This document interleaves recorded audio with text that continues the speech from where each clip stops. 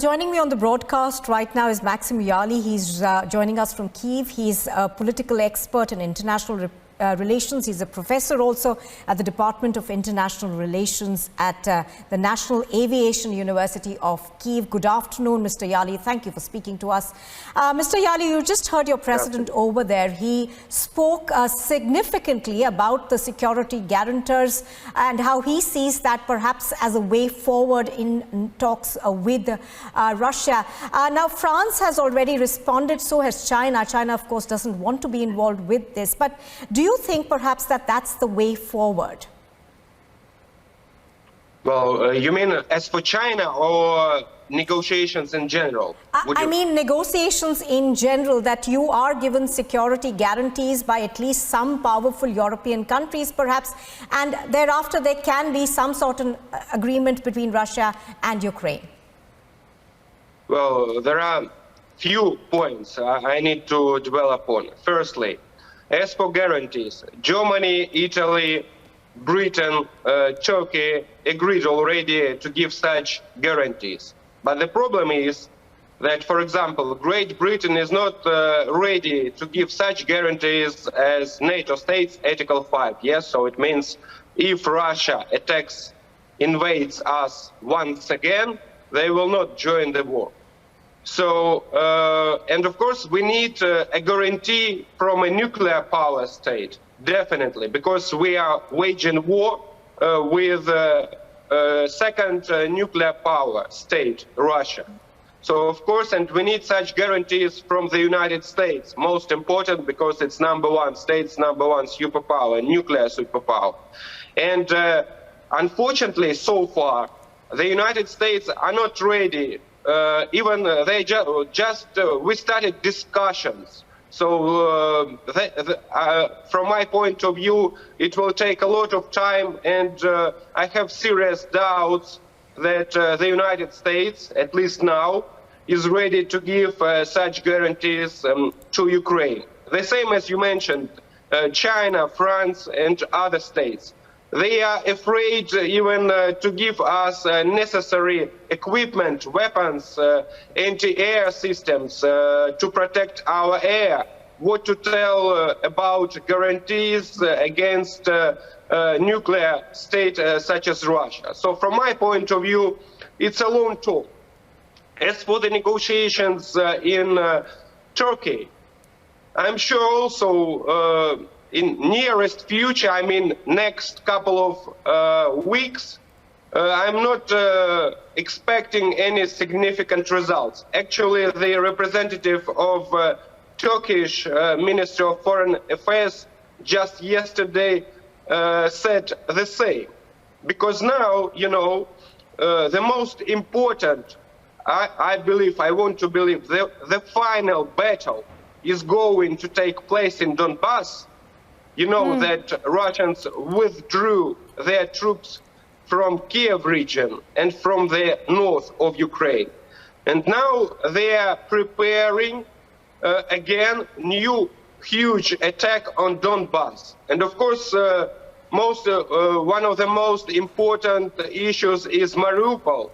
We still, our warriors still fighting, no matter that they are surrounded from all sides for more than a month already.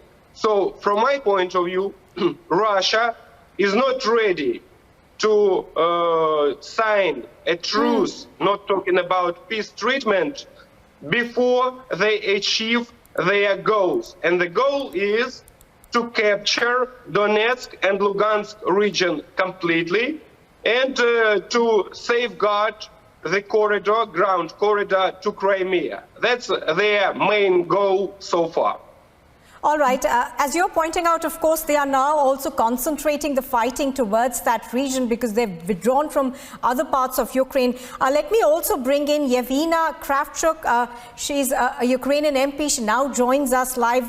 Ms. Kravchuk, Thank you very much for speaking to us on Republic TV. First of all, I'd like to ask you that yesterday the Ukrainian president, in his interview to our editor-in-chief, made one thing very clear, that he'd like to have one-on-one talks with President Putin, and he feels that that's the way forward to get out of this. Now, do you see that perhaps this, one-on-one talks between the two presidents could be the way out, and do you think that Russia would be willing to do that?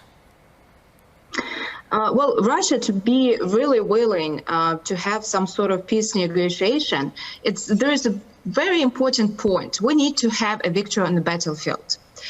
That's why we've been asking the world to give us more weapons, because our army is capable to use them, and we've already proven that. More than 40 days would not have been standing and not given, the possibility of Russia to seize capital or other cities they wanted, as Kharkiv, Mykolaiv, Odessa.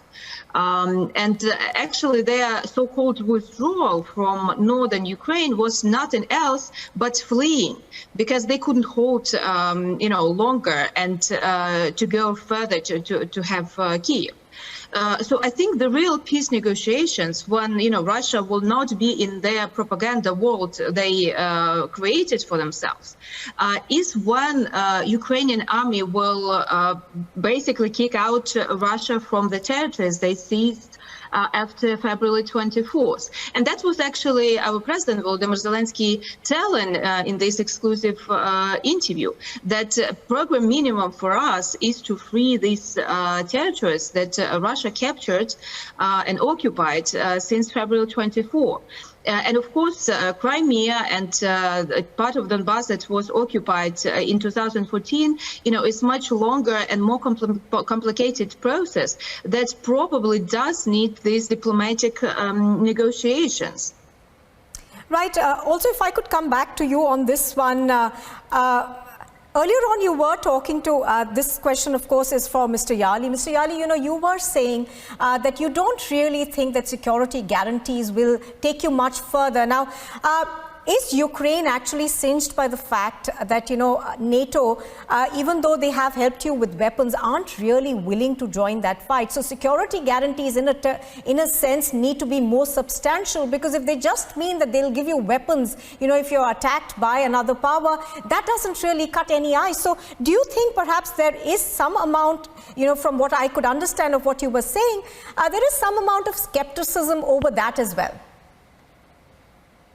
Well, of course, we have this skepticism because, unfortunately, for the first month, NATO didn't support us with necessary weapons. Moreover, we backed them and President Zelensky and all the people of Ukraine to close the sky, because that's the biggest problem, because Russians keep bombarding civilians, not only military infrastructure, as they say, but thousands of civilians were killed just because of bombs. My sister from Mariupol told me this nightmare. It's the biggest nightmare when they are bombing from the air and nobody can escape the death. And that's the problem. Of course, we keep skepticism. And from my point of view, and political analysts agree that we can negotiate in this sphere. I mean, not joining NATO, because unfortunately they are not waiting for us, and it's a matter of a long period of time, at least 10 years. So they made such conditions to Ukraine last year on summit of NATO in summer, that they can, for example, besides, very difficult conditions from my point of view. Another, there are such states as Hungary, for example, which is blocking cooperation between Ukraine and NATO for several years already. And Mr. Orban again won the elections. So there are some pro-Russian governments in NATO that will not let Ukraine to join NATO, even if we make all the necessary reforms, conquer corruption. It is also now their condition, though it's not for military alliance. You know, Turkey, Greece had also corruption problems, but they joined NATO many years ago, many decades ago. It was not an obstacle. So still we should be realistic and understand that NATO is a very long perspective in any way. Besides, decisions are made there by consensus. And it's a very big problem when there are such states as Hungary, as I mentioned, and some other. For example, even Germany and France, they blocked in 2008 in Bucharest summit, yes, when we were applying for the NATO to receive the plan. And they blocked it. And Mrs. Merkel, for example, just recently, a few days ago, she said, no, I'm not sorry that I didn't agree Ukraine to join, to give the plan at that time. Right. It's okay. So we should realize that we need guarantees, and even some NATO member states, like Baltic states, Poland, are doubting whether US will give So Mr. Yali, essentially you are taking, promises with a pinch of salt because you have history to do so. If I could come to Ms. Kravchuk right now. Ms. Kravchuk, your president, Mr. Zelensky, of course, spoke from a position of strength yesterday when he was interviewed by our editor-in-chief, Arnab Goswami. He spoke of the fact that we are only defending what is ours. How has the response been to that interview? When I was asked in the Capitol Hill, because I was last week in Washington having meetings with our counterparts in Congress, and also we had meetings in DOD, in Pentagon, we were told that there is no difference right now between the offensive and defensive weapons. Why? Because we are defending our territory. We're not going to the territory of Russia. We're just, taking what is ours. And that's why President Zelensky said that we will never give up, because there is no other choice for us than to continue fighting. And right now the support of Ukrainian army is around 99% of all the people. So we do believe in our victory. And returning to your previous question about the guarantees and why there is this skepticism, I'll tell you why. Because we had Budapest Memorandum in 1994, and when we gave up our nuclear power, and the countries who signed this Budapest Memorandum, actually Russia as well, Russia signed the memorandum as well, saying that it will protect the integrity and territorial integrity of Ukraine. And years later, Russia invaded Ukraine. And other countries who did sign the Budapest Memorandum actually, didn't do anything except of sending us weapons, which is also good, because that's why we're standing for more than 40 days. And when you see and you read clearly the Article 5, for example, in the NATO agreement, it says that the operation could start as long as 60 days. Well, imagine if, Russia invades Lithuania or Estonia. I mean, these are very, very, very small countries. They will be able to hold these 60 days. So that's why some of the countries who are closer to the border actually are adopting, this Article 5, and that is the result of this very mild policy of NATO, trying to, not to anger the aggressor, not to do anything to provoke, as they said. But it was a mistake in 2014 when the world did nothing, when Russia annexed Crimea, saying that, do not provoke the war. But now you have 8 years later, this full-fledged war with thousands of killed civilians, killed kids. I mean, atrocities that have the world hasn't seen probably since the Second World War.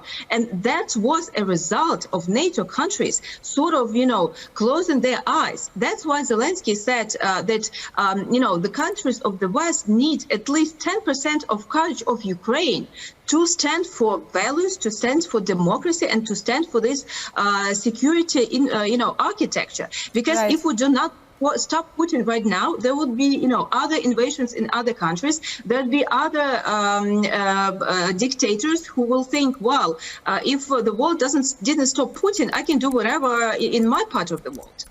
So, Ms. Kravchuk, what you're essentially saying is that it is the silence of the international community and the lack of a robust response that actually led to what we are seeing today. Both of you, thank you very much for speaking to us on Republic TV and for taking out the time.